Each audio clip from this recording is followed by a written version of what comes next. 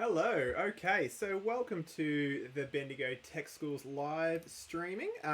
Sorry that I was a little bit delayed today. We had another session that I was just in before, so I will switch across so you can see me talking. There I am. So welcome to the Tech School, the virtual Tech School, I guess. Now, hopefully, I'm sounding a lot better. I finally have some good gear. I've got some mics. I've got some cameras set up. And hopefully everything will be a little bit clearer. In fact, I'm just going to change to something that might freak people out. All right, so what I have now is, and I might show this a little bit later how I've done this. What I have here is I've actually connected my phone, and I'm using now my phone as another webcam essentially.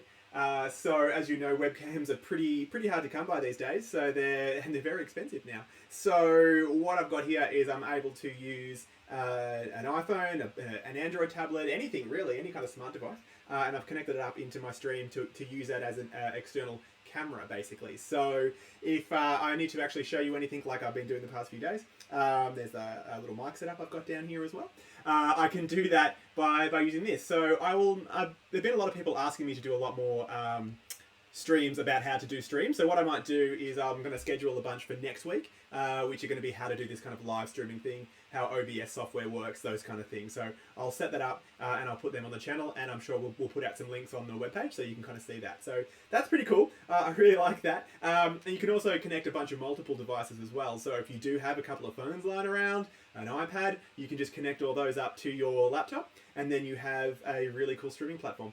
You might see I've got a couple of little watermarks on that. It's a free app, which is great. You can also purchase it, which I'll do after this session. I didn't have time to get rid of those watermarks, but it's pretty cool. So yeah, you can switch to the front-facing or the rear-facing camera. You can use as many scenes as you want, and away you go. So I'm actually going to turn that off because you don't need to see two cameras of me at the moment. So I'm just going to turn that one off. There we go. So now it's just me. I'm just going to unplug my phone because we don't need that as well. All right, and today we're going to talk about, let's go back to my big head. Today we're going to talk about Illustrator. So this is kind of a bit of a roll on from the past few sessions that I've had this week, where our focus has been laser cutting. We do have some Illustrator, what's called Illustrator Masterclasses, which will be coming out over the next few weeks. And they're more of a deep dive into Illustrator and the entire program from start to finish. From starting out with how does it work, what is it, to actually creating a final product. So they will be happening over the course of about 4 sessions. So again, I'll have those all up on the channel soon. We'll have links up as well, so you can book. But today is really just a session that's following on from the past 2 sessions we've had on laser cutting. So we had a session on what laser cutting is as a platform. Okay, it's subtractive manufacturing, where we're taking material away. I've got some examples of some things that I've been making myself, which this is where I should have left that camera plugged in. So something like this, where we have this kind of solar system that you can move around. We have these pieces that can come out. So I just had some toys for my son, all in laser cutting. So I'll grab even something like these, and then something really simple like this. We've been talking about emotions, so I've just made these little kind of emotional cutouts for him. But yeah, so we talked about laser cutting, how it works, and how you make products. Okay. Then yesterday we focused on a piece of software called Lightburn, which is what most schools, I know schools that I'm working with, like BSE and a few others, the laser cutters that they have, they're kind of like they're kind of not huge expensive machines, but they are kind of pretty solid kind of commercial machines. A lot of people will call them like Chinese laser cutters because that's where they come from. The software to control those that it comes with isn't the best. So we looked at Lightburn, which is a great piece of software which will also control your laser cutter. It controls cutting speeds, engraving speeds, all those kind of things. Really, really powerful stuff. That was yesterday's stream. And then today I'm going to be talking about how to create stuff for the laser cutter. So you're coming up with your original ideas and your designs. You can do that in Lightburn, and I showed some people yesterday how to do that. But I've used Illustrator so much more. I find that I'm really fluent in Illustrator to create content. So that's what we're going to be looking at today. How to use Illustrator to create content, which we're then going to laser cut. So I'm not going to go into all of the parts of Illustrator. I'm not going to probably actually show you a lot of it, really. I'm just going to focus on the laser cutting aspect. So what I've got here is the advanced techniques, basically, to create things that you're then going to laser cut. So that's what we're going to be focusing on today. So if you want to look at Illustrator as a whole, from from start to finish, and all of the functions. We'll be doing that over the next couple of weeks, really, in more of a deep dive. So that's today's session. And like I usually do, because I always get new people that jump onto this platform when we do our live streaming, we're using YouTube live streaming, which means there's a little chat in the corner there, so please use that. Please let me know if I'm sounding okay with my new microphone. Also, let me know if you have any questions. Just type them in the chat. The questions will generally come up 20 seconds later, okay? So there is a bit of a 20-second delay with YouTube live streaming, so what you're hearing now, I said 20 seconds ago. So if you write a comment, I'll get to it and I'll answer it as we go. The other thing as well is, depending on how the internet is working today, YouTube can they can buffer, or they can also reduce the quality of the live stream. So what I'm going to do in a second, I'm going to hit a record button, and I'm going to do a high-res recording of this as well, which I'll upload a little bit later, so you can play it back at a high res if this isn't too good. So I think the res is actually coming through in a second, and I'm going to just bring up Illustrator, which I have here. So I'm going to bring that across. Let me just get rid of my big head. All right, so what I'm going to do is I'm going to turn off me, because you don't need to see me. And Illustrator. So I guess the main thing with Illustrator is it's really designed to create content. So our students use Illustrator and they use Photoshop quite a lot, okay? Two similar platforms, they're both by Adobe, but they both have, I guess, different goals. So Photoshop is for exactly that, is for working with photos and for editing photos, and Illustrator is to illustrate, to create.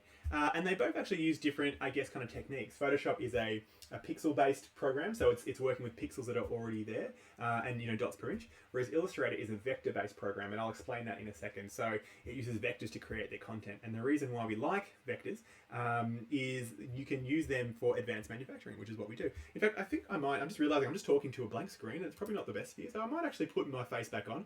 I'm sorry. I'll put it back on there, but I'll scale it down a little bit. There we go, because I know it's just weird when you see someone talking or hear someone talking, you can't see them. So let's go back. So yeah, so it's a vector-based program, and let's just kind of show you how it works. So there are a few versions of Illustrator, obviously. I'm working on the 2020 version, so the version you might be using could be the 2019, 2018, depending. But they all kind of will work the same. Visually, there are some changes, and I guess functionally there are a few kind of changes as well. But generally, you should be able to see kind of everything that I'm using here at the moment. It should all look the same. So when I start a new document, I'm going to do that now. I'm just going to create a new document. All right, so what we're looking at is, I guess, these presets. Now, these presets are, I guess, important depending on how you're working, but also not at the same time. So if I go through here, you'll see what it has here is a bunch of presets for the devices that I guess you're planning your content for. iPhones, Android tablets, iPads, those kind of things. And the resolution is set up for those devices. So you get a canvas that is ready for that device and optimized for it. So I guess that's why you have these here. So know what you're working on, where your content is going to go. If I go into print, for instance, there's my A4, and again, it's just kind of set up the page size. Now, the reason why I say that's not super important is because with vector design, because we're using vectors, we can scale those up and scale them down infinitely, and it won't change the quality of the product, okay? So that's why it's not a huge deal. But what I like about using these presets is I can visually see the space on my screen. So what I have, I'm going to go back to, I guess, my recent here, is I use millimeters, and I have a preset basically that is the size of my laser cutting bed. So everyone's laser cutters are slightly different depending on the sizes. I know we have a Trotec Speedy 300 at the tech school, which is a little bit smaller than the one I use. It's a lot faster though, but it's a little bit smaller. And some schools have slightly larger beds. So knowing, I guess, the size of your laser cutter will help in producing something, just so you can kind of get an idea of how the layout's going to work. So that's why you want to choose the dimensions that suit for you. I also make the dimensions smaller than the material I'm going to use. So my material is actually, I can do 700 by 500, I believe, but I think it's better to design something smaller so you have a bit of material around the edge that you're not going to have to worry about having perfectly centered every time. Also with ply, if you're cutting with plywood, there can be a bit of bowing to that as well over time, so I like having a bit of a border that I can actually kind of lock down. I use magnets to kind of lock down those borders. So that's my tip there. So I'm just going to use my usual size for my laser cutting project. So I'm going to hit create, and then we will get a blank page. All right, so what's going to be important here again is my setup might look different to your setup, okay? Because again, you can change the layout of Illustrator to suit. So let me know again in the comments that everything's going to go okay. Shoot any questions through. But to change that, I guess if we go into our workspace up here, you can see there's a bunch of different kind of workspaces depending on how you're depending on how you're working and what kind of field you're working in, if you're doing typography, if you're doing web design, these workspaces will rearrange the icons, show certain icons, hide certain icons to make it easier to work in that kind of I guess theme. So I just really just have it on Essentials, which is like the basic, right? Or even Essentials Classic, which I'll click on now. There we go there. So that's kind of like the essentials, exactly. The tools that you're going to use most often. So if you ever do find that you've lost something, you can't find something, like where is this Pathfinder thing that Daniel keeps talking about, just go back into your workspaces here and just click one of these again, and it will kind of rearrange it to the default. So if I go back to Essentials Classic, it rearranges it to the default layout. So that's kind of important, knowing how you're working. I'm just going to zoom out a little bit. So this space here is our working space. So that was those dimensions that we used. Oh, thank you all. Oh, look at that delivery. I have a coffee delivery. They are the dimensions that I set up. So that's my 600 by 400 dimension there as well. In fact, what I might do, I'm just going to go into my display settings really quick. Now, this is going to be a bit tougher for me, but better for you, hopefully. I'm just going to increase the res of my screen so you can see that. Okay, so I've just scaled my screen up just in case YouTube is kind of crushing this a little bit. So hopefully that's easier for you to see. It's just a bit tougher for me to work with, but we'll deal with it. So yeah, so there is my layout. Okay, so now we'll start to create some content. Okay, now again, remember today's session is all about creating content for a laser cutter. So that's what I'm really going to focus on. I'm going to focus on how we do that, and I'm going to focus on Pathfinder Tools, which is probably one of the most important tools. When we have our students in, we have the students in for a one-day session where they create content that they laser cut. And in one day, students that have never used Illustrator before will come in, understand the program, design something, laser cut it, build it, print it, and have it ready to go. So not to make you feel bad, but our students are pretty quick on this. And what I tell them a lot with Illustrator is that the first thing that you make with Illustrator, let's just say you're making a real basic flat pack chair, it might take you all day and it might be terrible. But the second you've done that and you've finished that project and you go back to make it again, you'll do it in about 10 minutes. That's how kind of quick the learning curve is. Like once you understand where the tools are and how they work, I find it's really natural to work in this kind of platform. So don't stress, your first Illustrator project will take some time, but your second one will not. It'll be really, really fast, trust me. Okay. So let's do some stuff here. All right, so I'm just going to make a square, okay? I'm going to draw a square. So you can see I've picked a square here from this interface down the side here. The other thing that you'll notice is a lot of these tools here have a little arrow that's pointing down. That means there's more behind them. So if I press and hold, you'll see I've actually got some options, okay? So if I press that button there, I can actually pull that out. So if it's something that I'm going to be using a lot, I might actually have that as a floating icon somewhere else, okay? If I've got two screens, I can put it on my second screen. So you can do that, or you can kind of close that back in. So yeah, so whenever you see an arrow that's pointing down, and I'm just going to remember to talk slowly, sorry, I always talk a bit fast, I get a bit excited. But whenever you see an arrow that is like that, you can have more options there. So that's what that is. So I've drawn my rectangle. Now what I'm going to do is I'll zoom in so you can kind of see this a bit more. I'm going to increase the stroke of this. I'll make it 2 mil. Okay. So anything you create in Illustrator really has two, how can I put it, two kind of forms. So my box here has two forms. It has what's called a fill and it has what's called a stroke. And that is the colors. So with a fill color, I'll just double click that and I'll make it red. You've obviously got RGB and CMYK colors if you want to choose from. You've also got a whole bunch of color swatches if you want to use those too. So I'm just going to make it red. So now I have a red kind of fill and a black stroke, a black outline. All right. I can also have none, so I'm going to hit that and have none. Okay, so if I select that object and hit that one, now it's hollow. All it has is this black stroke, this black outline. And for laser cutting, that's kind of what you're going to be working with. All right, in most cases, and again, I'll explain more a little bit soon. So there's my square. Now let me explain how vectors work, because that's kind of the key to all of this. So I've drawn a square. Now if I drew this square in Photoshop, it would be a set size. When I finish drawing that square, the size that it is, the size I'm happy with, it'll stay like that forever. If I wanted to scale it up and make a bigger square, I could do that in Photoshop. But what will happen is it only has a set amount of information. And as I scale that square up and I make it larger, all the pixels that created those square, those little dots, will get larger as well. So it'll start to get blocky and distorted, okay? But with Illustrator, it doesn't use pixels like I said, it uses vectors. So I'm going to explain how vectors work. I'm not going to do the maths on it. All right, so if we look here, my box is actually only made up of these 4 points, okay? I've got, one in each corner. And each of those points, if I go into my properties, if I change these, right? I remember I hover, each of these points has an X and Y coordinate, Okay, so where it's, I guess, located on that page. And they're all different, okay? So how vector design works is it has these coordinates, and then what it's doing is it's really just drawing the line between them to attach them. It knows this point is here, and this point is here. And if I have to connect those two, well, I'm going to draw a line straight across, okay? So if I move that point, I'm going to move it over here. It now knows that that point is there, and it's going to draw the line to connect. And same if I kind of move it over here or move it over there. What it's really doing is just doing some maths, okay? And it's just kind of redrawing those lines. And what I said to the students is our computers these days are very fast. So you see that happening instantly, okay? As you move the line, you can see it. You can see where the line's going to change, that kind of blue line, all right? It's doing those calculations instantly. Of course, computers a long time ago, would take some time to do this. It would take some time to kind of recalculate that path. So I guess what I'm getting at is harder to understand just how it works because it is so quick. But anyway, that's kind of how it works. I can move these around. I can do whatever I like. I can change those two. Or I can get creative and I can add some more. I'm just going to hit the plus button. And I'm going to add another point in there. Now I'm going to hit the A button and now I can control that. So I've just added a point into that design. Now you'll hear me say things like plus and A, and they're shortcut keys. So everything in Illustrator has a shortcut key.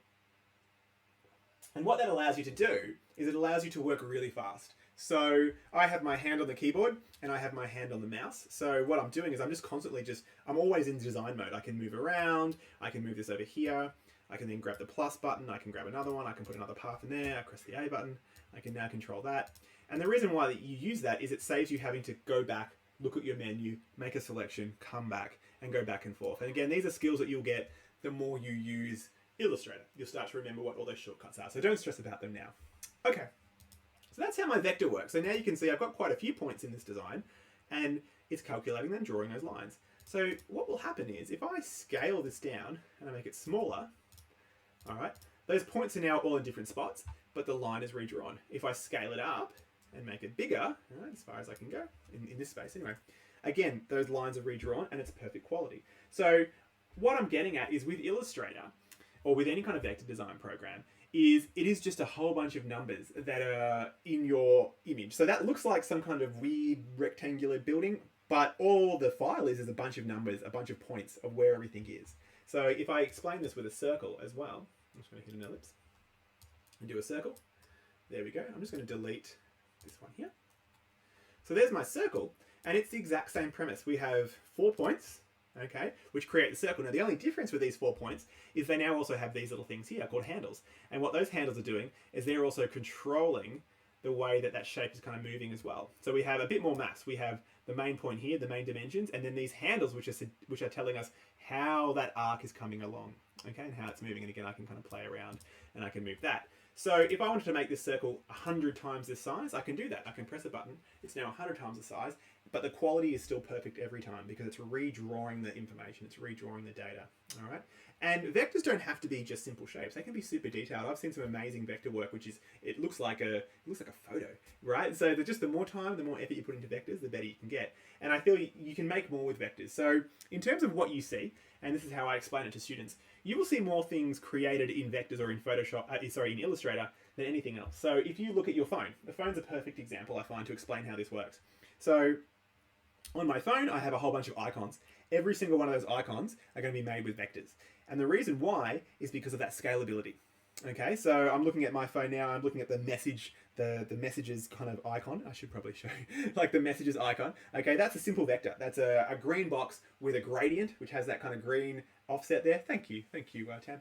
And the speech bubble is also a vector. Now, the reason why that's great for phones is because you have multiple size phones. So if I create that speech bubble or I create that icon once as a vector, I'm done, okay? And then depending on where it's going to go, if it's going to go on my iPhone, if it's going to go on a computer, it's going to go on a laptop, all the software's going to do is say, scale it up to suit that image size, scale it up to suit the screen size that it's on, okay? And so it's constantly doing that for us. I create one thing and it works for everything.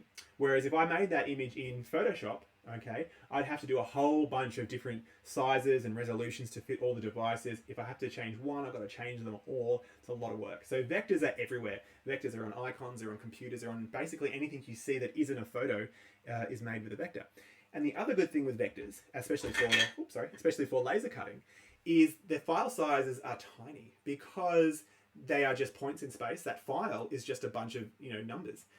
It's not much information there. So a vector file can be, you know, I'm just going to have a drink. What will happen with my smiley face, I guess, is when I send this to the laser cutter, it looks at where all these points are and it just follows the path. So the laser is going to follow this path.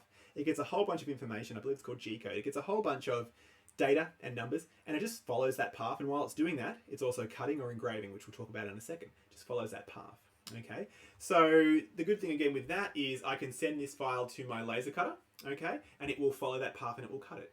Or I can send, so if you've been lucky enough to be in the tech school, we have what's called a CNC machine. It's a pretty big machine. It takes up a whole room. And that's massive. That is like the size of, I don't know, I'm trying to explain it. It's kind of the size of like 5 king-size beds. I don't know, Graham will let me know if I was wrong there. But it's pretty massive. And so that means that with a CNC machine, we could cut out something 10 times the size of this. Okay, then we could in the laser cutter. But we can still use the same file because it's a vector-based file. So depending on where we send it and what we're cutting it with, you can make it bigger or smaller, which is really good. Okay, so let's talk about making something now to cut on a laser cutter or to cut on our CNC machine. Like, how do we actually do that? All right, let's have a chat about it. So, easiest thing, and by chat I mean I'll talk and I guess you'll nod. I do have a good respect for vectors. Thank you, Tam. I enjoy vectors.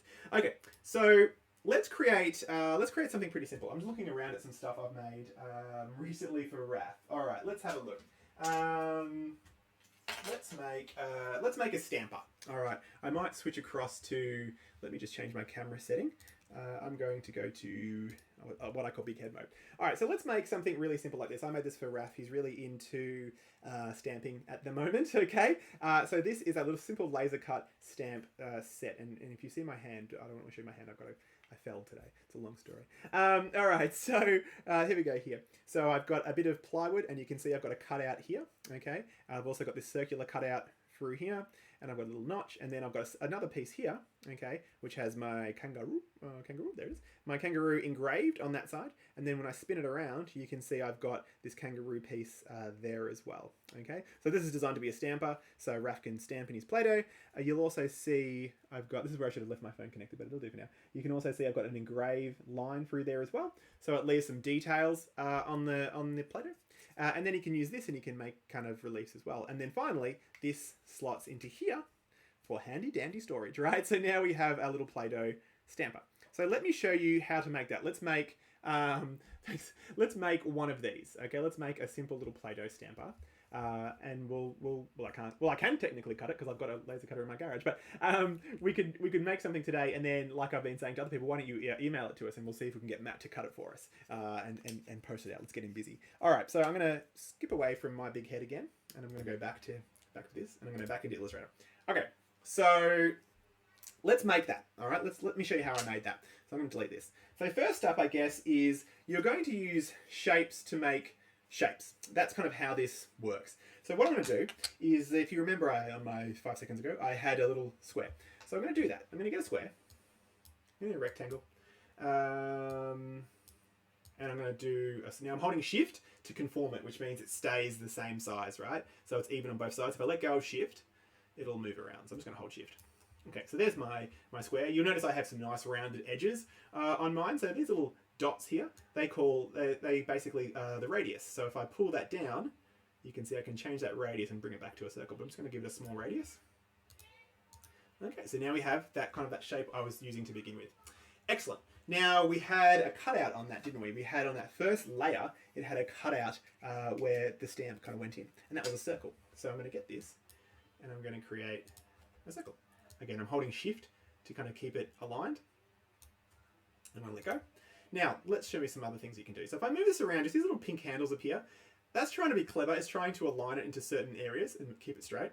But another thing that Illustrator does is, depending on what you're doing, so depending on what action you're doing, yeah, you saw my hand. Yeah, sorry. So I went running this morning, which was probably not the best of ideas. And the ground is slippery in Macedon. I live on a mountain, so there's lots of water coming down. And yeah, that didn't end too well. So I did a good roll though, Tam. You would have been impressed. So I did end up landing on my side and my hands and everything else. But I don't know. You know, you'll have almost like what's called a context menu. So the menu will change depending on what you can do when you have that selected. So let me show you what I mean. If I select this circle here, it shows me the dimensions, the size, I can change the stroke, the scale, I can do some offset stuff, which we'll talk about later. But if I select two things, I get a different menu, okay? So now it's showing me some other things that I can do with these items. So that's where I like Illustrator. It's smart. It knows how you're working, and it gives you suggestions for how to do it. So the reason why I've done that is I've selected two shapes, and now I get what's called the Align, I guess, tab. So if I click that one there, it aligns them to the center, and if I click that one there we go. So you can align these in different ways, okay? So again, there's no more trying to guess exactly where everything is. You use these tools here to align them for you. All right, so now I have that perfectly in the center, okay? So there's my shape.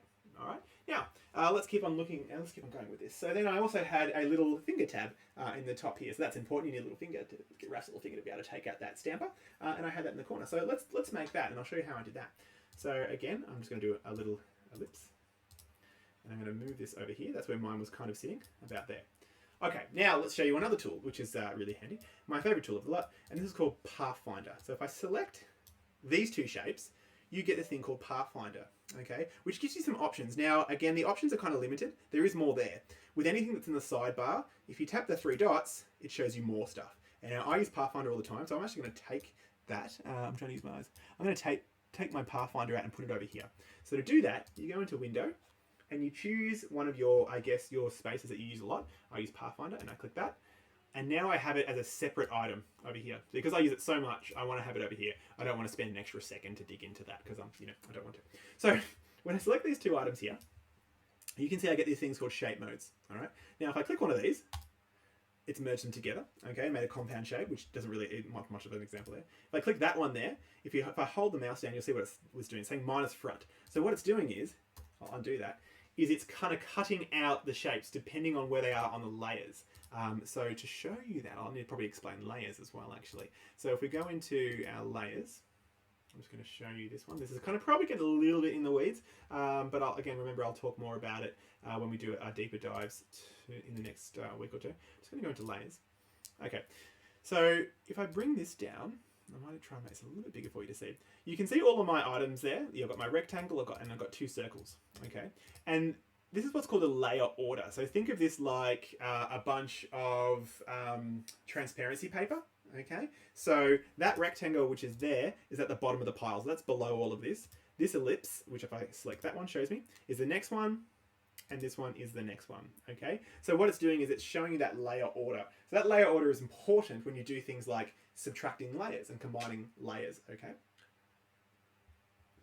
So let's go back to what we were talking about with Pathfinder. I'll just put that back in there. So I'm going to select these two, and then I'm going to choose the option to do that, right? So that's taking minus the front, or if I go to the other one, I can minus the back. All right. So you've got all of these options to kind of merge these items together. I can merge them together if I want to. Okay. So you can see how you're using shapes to create shapes. So that design I had, I basically merged those two shapes together. There we go. And it's taken away that internal part. Because remember, I'm using a machine to cut this out. So if I go back, out the same when you think about it, but it's a waste of time. I don't want that. And I'm also going to use that circle. As you notice here, I use that circle in this piece. So I don't want to have this kind of line cut through it. All right. So I'm just going to hit that one there, and I'm going to have it ready to go. Okay. Now again, you've got to remember that students will forget a lot of this kind of stuff. They'll forget how they want things to cut. They'll forget how they want things to look. So that is okay. That's fine. That's all part of our design thinking process, is, I guess, experimenting and see what works. And like, another thing I like about laser cutting is that it's so fast and it's so quick that you can produce a prototype that you can test out once you've got your design done straight away. Like, this would take me about 2 seconds to cut this, and then I can have a look at it and I can see what worked and what didn't work. So if I look at this and I cut this now, I can already see I'm going to have a problem. Okay, this is going to come out as one solid piece, whereas I had a circle there. So what I actually want to do is I want to have it so I have this piece here, and then I have this piece, this line here. I want that to go away. And to do that, there are a few ways to do it. You can use Pathfinder and do that. But what I like to do is kind of just add a couple of points. So I'm going to hit the plus button. Hey, buddy. Yeah, buddy. Me and Mum want to play together, so where's your other controller? I will get it for you. Sorry, my son's just having a bit of a break, and I'll get that for you. Thanks. No worries. And then you have to go into the 2-player menu. You know how to do that? Yeah, I'm already in it. All right. There we go. Sorry for that. Rafi was just playing a little bit of Nintendo. It's his treat for working so hard today in our homeschooling day. Anyway, so what you can do is you can actually use Pathfinder to make that shape. But I want to show you a couple of extra tools. So I'm going to do something a little bit more tricky. So what I'm going to do, I'm going to hit the plus button. And that allows me to add another point into this circle. So I'm going to do that there. I'm going to put one there. I'm going to put one there. Okay, and you'll notice that it automatically has this kind of intersect. It kind of helps you out and move it in the right spot. Then what I'm going to do is I'm going to select that point there, and I'm actually just going to delete it. And I'm going to select that point there, and I'm going to delete it. So now I have two separate shapes. Okay, so there we go. So that's kind of what I wanted. Now it's going to cut that out. I'll still have the circle, which is cool because I'm going to use that material. Again, this is subtractive manufacturing, so I'm taking my material away. So I have to be careful. I can't waste material, okay? I want to be as efficient as possible. Yes, I could have made that circle somewhere else, but then I'm using more material. So I want to be super efficient, okay? So now I pretty much am nearly there, right? I have the shapes that I want. Okay, let's keep going. So also, if we look at my design here, it had a backing board, right? It had another piece behind it, and this was two parts. This is actually kind of glued together. So to do that, I'm going to move out. And I'm just going to grab this path and I'm going to just copy paste. And now I have my back piece. Okay, and I'm just going to move that over there and it'll snap together. Okay, so my stamper is getting there, right? Like I've nearly got it. I'm going to move it across here. And I'm really ready to go, okay? And again, in terms of efficiency, we might talk about this a little bit later when we go more into laser cutting. But if I did something like this, okay, if I move that there, actually I'm just going to kind of group these really quickly and I'm just going to align these up. Just so I can show you what I mean. All right, there we go. So I have two shapes that I'm going to cut out. I'm going to cut this shape out and this shape out. But this line here, okay, is shared amongst these two. So it's all about being efficient and saving time. So what I can do is if I actually move this shape and there we go, intersect with that one. Now what's going to happen when I cut this out in my laser cutter or my CNC machine is it's because they're aligned up, it's going to cut them at the same time. So it's only going to travel through this path once as opposed to doing it twice if they were moved away. So to work in the same project, you're doing it at the same time as you do it. Yeah. Well, yeah, you can if you want, Tam. I mean, if you open up Illustrator, you can have a go and start playing with it. I guess that's where kind of multiple screens are handy with this kind of stuff as well. Hey, so you can work on Illustrator while watching me. But you can use the playback. So definitely, if you've got Illustrator, once we're done here, have a go. Play this video in the background. Maybe use YouTube's ability to slow videos down because I know I'm talking very fast. And have a go at doing this. All right, make your own. Like I said, make your own stamper, and then make sure you bug Matt and get him to make it for you at the tech school. Okay, so what I'm getting at is the more you start using this and the more you start thinking about manufacturing is you'll start to look at ways to save time. So that will save me, I don't know, a second or two. But if I was making 1 million of these stampers, that's a fair bit of time. So there are things to think about. Okay, we're nearly there. We've made a stamper. So now, I guess the next thing I have is my kangaroo. Okay, so I need to make that kangaroo shape. All right. Now I'm going to show you how to do it from scratch as well. But we can also show you how to do it from an image. I might actually do both. So let's kind of get ready. What I'm going to do is I'm going to jump up into Illustrator because this is probably how most people will do it. So I'm just going to jump on kangaroo. I'm just jumping on the internet and I'm going to look for a picture of a kangaroo. Okay, this is going to help me out, right? Let's go images. And I'm going to find a nice picture of a kangaroo that I want to use. Wow, there's lots of kangaroos getting kicked. A nice picture of a kangaroo. In fact, I'm going to do kangaroo silhouette. Okay. Alright, wonderful. There's lots of kangaroo silhouettes here. I'm going to find one that will suit me. You can't see this, by the way, because this is on my other screen, so do not stress. I'm going to find this one. Wonderful. And I'm just going to copy this image. Okay, I'm just going to show you a couple of other tricks that we can do with Illustrator when it comes down to making images. Okay, let me just copy that image. And I'm just going back to Illustrator. Alright, there we go. And I'm going to Control V. Alright, so what I've done is I've just brought in an image of a kangaroo. Now this is just an image. This isn't a vector image. This is just an image, so a regular old JPEG. Okay, I'm going to move it over there. Now I have a few options here. Okay, this is my guide, I guess. This is my image I'm going to use to create my kangaroo. Now I'm just going to jump back to chat in my other window up here to make sure everything's doing good. Okay, excellent.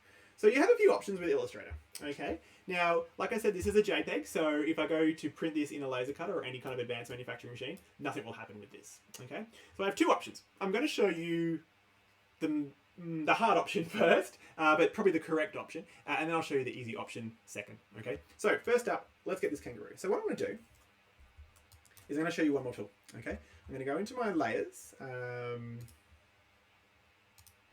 I'm going to hide the other stuff so it's out of the way, and I'm going to do a new layer. Okay, and I'm just going to move this kangaroo into that layer. I'm going to do one more. Okay, so I've locked everything out. I'm going to lock that kangaroo. So what I've done here is I've locked that layer that had the kangaroo on it, so I can't click on it, I can't move it around. All right, and then I made a new layer because I'm going to draw over this. So let's go back. So I'm going to show you another tool. What we have down here is the pen tool. I'm going to hit P, and we have a pen tool. Okay, and this allows us to draw. All right, so let me just bring back my layers. All right, so I've got to make sure I'm on the right layer. I'm on layer 3. Now I'm going to actually draw this kangaroo, but I'm going to use the kangaroo behind it as a guide to help me out. So let's zoom in a little bit. What I'm going to do is, you can kind of see there's a little plus. It's because it's hard. I'm going to change I'll change the color of the stroke to red so you can see it. Okay. I'm going to put a point there, a point there, a point there. So you can see what I'm doing is I'm just putting some points in this image. Okay, I'll put one there. So remember we said that vectors are made up of a bunch of points. I might put one there. What I'm doing is I'm just putting a bunch of points. Now I'm doing this very quickly. That's quite alright. And we're going to kind of clean this up, and you'll be surprised how quick you can create a really simple image. Alright, point, point, point. One there. I mean, I could have done this with a lot less as well, but I'm just going to illustrate a point. Okay. Alright. You don't need the sound effects. I don't know why I did the sound effects. I just do. Okay, so now we have our kangaroo. It's going to look terrible, but let me show you why. There we go. So there's my kangaroo, and I base it of itself. Okay, I'm going to select that image there, and I'm going to bring the opacity of it down just a touch, so now I can kind of see through it. So I can see through that image that I just created, and I can see the kangaroo below it. So let me zoom in now. All right. Now you have 2 selection tools.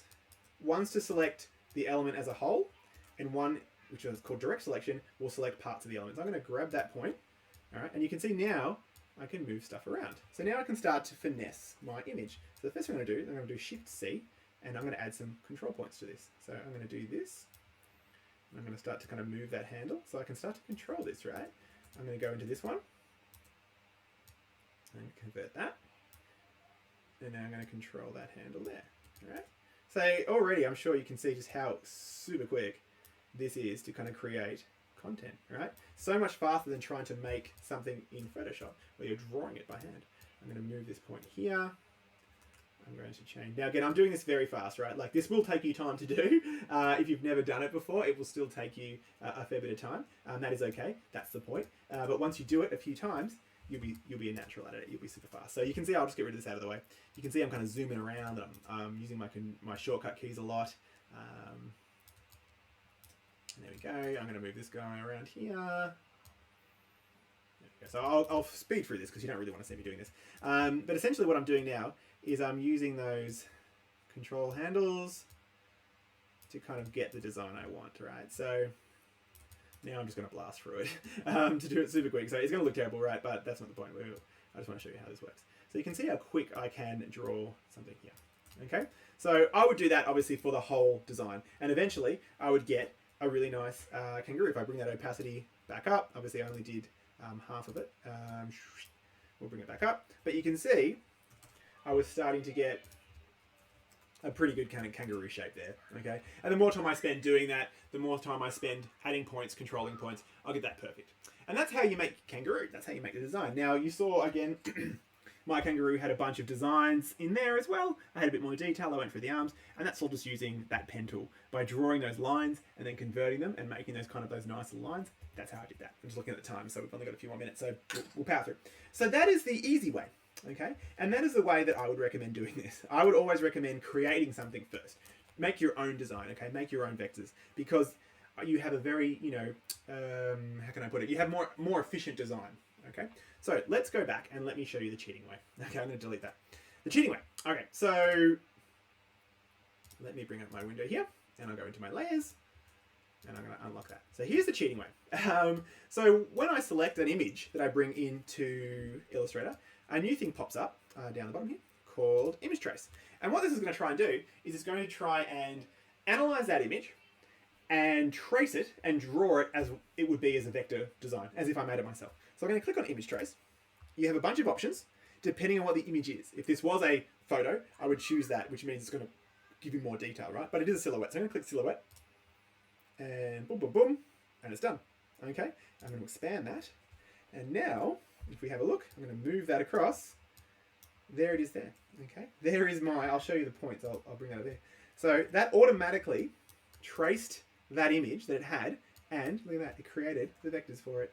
Like I said, it's a cheating way, right? Like now I have all those vectors automatically made. I didn't have to draw them. I didn't have to put them in there. If I zoom in so you can see them again, it did that for me. Okay. And so now this image is now a vector image. So now I can go file print on that and I can cut it in a laser cutter. I can also, if I bring this down, I can scale it up, I can scale it down, I can do whatever I want with it. So there you go. That's image trace. So very, very handy, obviously, depending on what you're doing. The reason why I say it's cheating is I guess you're not creating it yourself, are you? You really are tracing something, right? So I don't know. I would rather start to develop the skills in creating content so you can do that. But anyway, cheater's way, and it kind of worked too, right? So that's okay. Sometimes efficiency is key. So let me go back to my layers and let's bring out my stamper. Okay. Oops. All right, I'm going to put my stamper back on. Okay, so now I have my stamper back.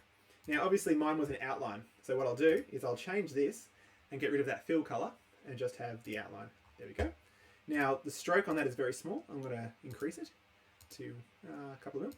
Now, this doesn't really matter a great deal in laser cutting, depending on the software you use. If you use the software Lightburn that I was talking about the other day, it doesn't care about stroke sizes. It just, you can go in and set the size to whatever you want. It'll depend on the laser cutter you're using. But for now, I'm going to design this for my laser cutter. Okay, so I'm going to move this across. And I'm going to put it on my stamper. And I'm going to scale that down. Okay, and I'll put it there. And again, if I want to, I can use those tools and I can kind of center this. So if I select both these items here, I can kind of center that. There we go. You notice it kind of moves it out. So there you go. That's perfectly centered in the middle. So we're nearly there. We've nearly made my stamper. Now your stamper. So we have that there. So we have that kind of shape that's going to come and be engraved here. But you can see, obviously, I having it onto that disc. That's kind of how my design of this stamper worked. It's getting glued on that disc. What I did have, however, was on that backing plate is I had a cutout for that kangaroo shape. So this can slot in. So let me go back just so I can show you that again. Too many screens. Okay, so I'm just going to go back to my software and I'm just going to go into Big Head. So yeah, we can see I had this piece here and then this piece here was going to slot in. So I need to have that cut out in there. Okay, so that kind of connects and slots in. So that means our emplacement is important. So let's go back. So that means this needs to be placed right in the center here. So when this stamp gets put in, it's going to fit in that spot. Now the easiest way to do that is I'm going to delete that. I'm going to grab this shape because that's exactly where I want it. I'm going to grab this shape and I'm going to go copy, paste. And so now I have that there. And I'm going to delete, I'm going to ungroup it. And I'm going to delete this and I'm going to delete this. So now on that backing plate, I have the cutout of the kangaroo. Okay, that's going to cut it out and make the spot to go in there. And also the thing that this does now is it now frees up some material. Because I'm cutting that out anyway, I don't need this anymore. Because I'm going to use that piece that's going to get cut out of here, and then I'm going to stick it onto that circle. So delete that. So there we go. We're nearly done. We nearly have our stamper. Now I'm sure you can think of one problem that we might have here.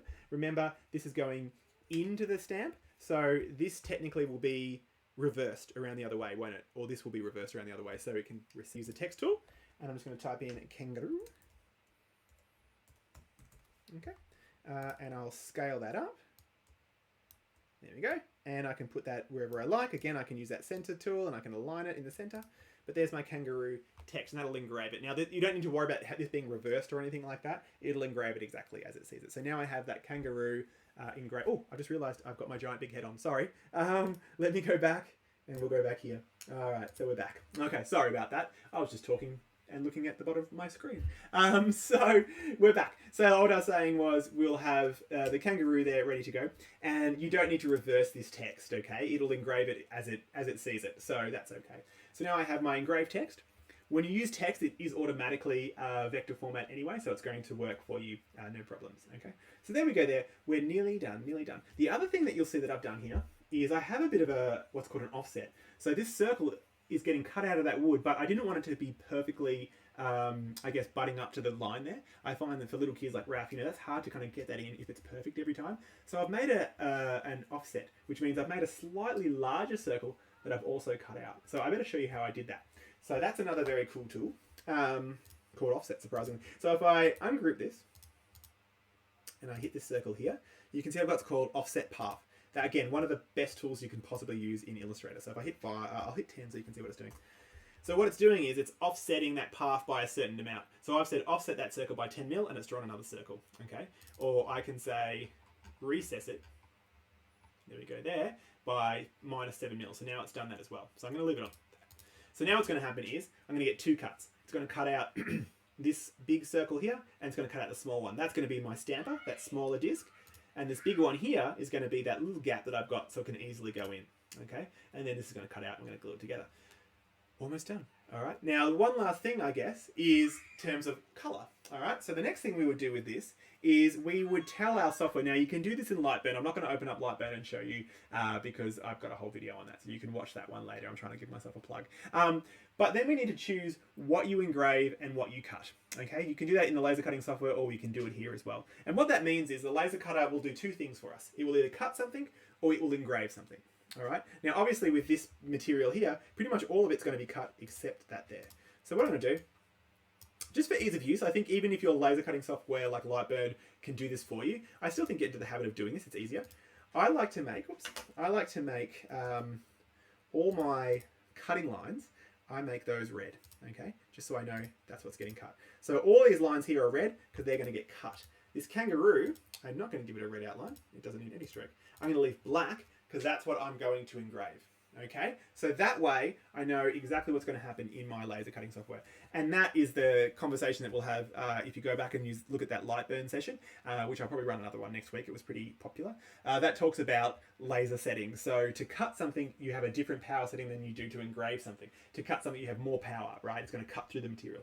To engrave something, you have less power, so it only cuts through, you know, certain, certain layers of the material. And then depending on how powerful that laser is how much it's going to cut through that material as well. So that's a whole other conversation, which is on a video I recorded yesterday. So feel free to watch it. But yeah, so that's about it. My design is ready to go. So we used Illustrator and we created a completely original design.